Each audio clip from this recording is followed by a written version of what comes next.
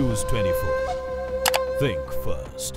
तो चुनाव छत्तीसगढ़ में भी होने वाले हैं और छत्तीसगढ़ में सरकारी योजना के तहत मिलने वाली सस्ती जेनेरिक दवाइयों पर अब सियासत शुरू हो गई है। कांग्रेस का आरोप है कि दवाओं के पैकेट इस तरह तैयार किए गए हैं जिससे बीजेपी का प्रचार हो।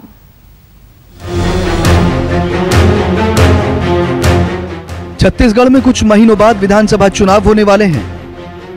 उससे पहले जेनेरिक दवाओं के ये पैकेट्स सियासत का सबब बन गए। ये दवाएं प्रधानमंत्री भारतीय जन औषधि परियोजना के तहत दी जा रही हैं। कांग्रेस का आरोप है कि इन दवाओं के जरिए बीजेपी चुनावी फायदा लेने की तैयारी में है, क्योंकि इसके पैकेट पर लिखा गया भाजपा यानी भारतीय जन औषधि परियोजना का नाम भगवा रंग में है, जिसका एक मतलब भाजपा भी निकलता है।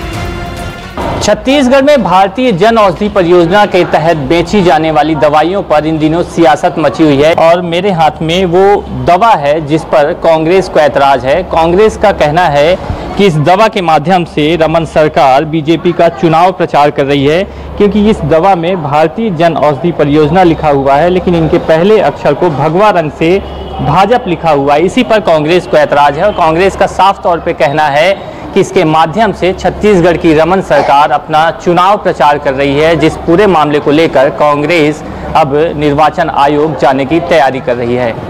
कांग्रेस अब इसी मामले की शिकायत चुनाव आयोग से करेगी। भारतीय जन औषधि की दवाइयों की बात आ रही है सामने, उसमें स्पष्ट तौर पे भारतीय जनता पार्टी का जो प्रतीक चिन्ह है भगवा और हरा कलर का और भाजपा स्पष्ट लिखा हुआ है। कांग्रेस पार्टी इसकी शिकायत चुनाव आयोग के समक्ष करेगी। वहीं बीजेपी इसे बेमतलब का मुद्दा बता रही है।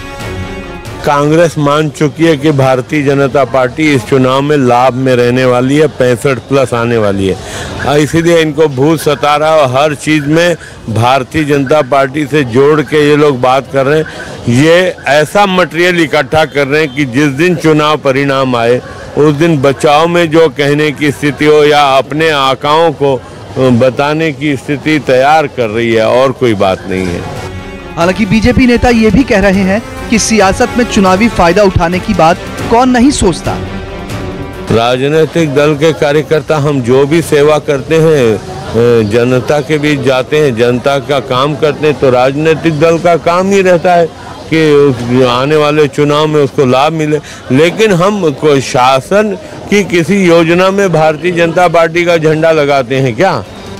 विधानसभा चुनाव को देखते हुए ये मामला राज्य की सियासत को और गर्मा सकता है। Bureau report, news 24।